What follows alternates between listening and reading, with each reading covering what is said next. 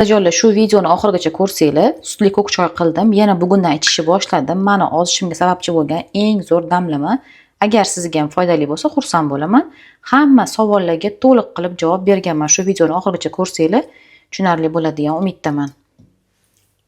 Bu sutli ko'k choy ichganimga 6 oydan oshdi. Yana 1 hafta o'zimga diyeta qilmoqchiman. Shuning uchun bu bo'yicha savollar rosa ko'p keladi. Sizlarga ham qisqacha tushuntirmoqchiman va video olishga qaror qildim. Rosa ko'pchilik yozadi, qanaqa sut ishlatsam bo'ladi deb. Mana men 2% li soldim. O'zi har doim 1% li qilardim. Kecha magazindan 1% li topolmaganimga 2% li qo'shaman. Shuni hisobiga suvini sal ko'paytiraman. Shunda 2% sal kamayadi, 1% ga tushiraman suv miqdorini ko'paytirib. Endi oddiy suv qo'shaman.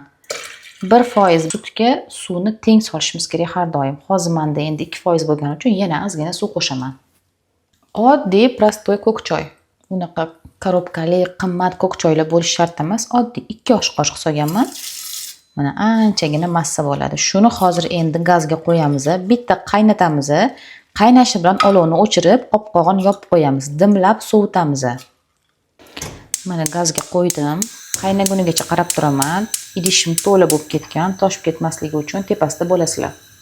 Keling, endi men sizlarga buni foydali va foydasiz tomonini aytaman. Birinchi o'rinda ichish mumkin bo'lmagan odamlar, homiladorlar, emiziklilar va oshqozonida, ichaklarida muammosi borlarga umuman tavsiya qilinmaydi. Ichish mumkin emas qizlar.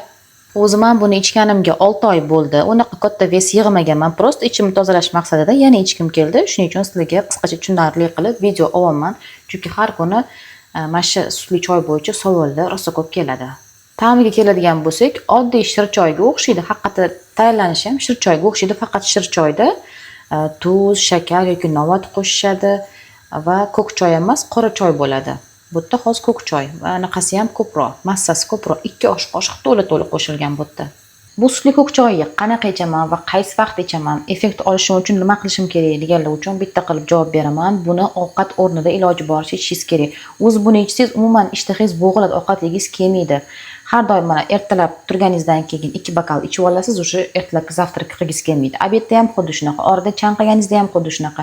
Mana shunda tayyorlagan 1 ga 1 qildik-ku, 1 litr sutga 1 litr suv qildik. Tengi teng bo'ldi. Shunda 2 litr massa bo'ladi. Kun davomida ichib yurasiz, shuni o'zi shundoq to'xtatadi, hech narsangiz kelmaydi. Buni uzog'i borsa 1 haftadan 10 kun, 14 kungacha qilsangiz bo'ladi. Undan uzog'ini tavsiya qilmayman. O'zingiz sharoitingiz, holingizga qarab qilishingiz mumkin. Mana qizlar o'zi qaynab chiqdi, tayyor bo'ldi.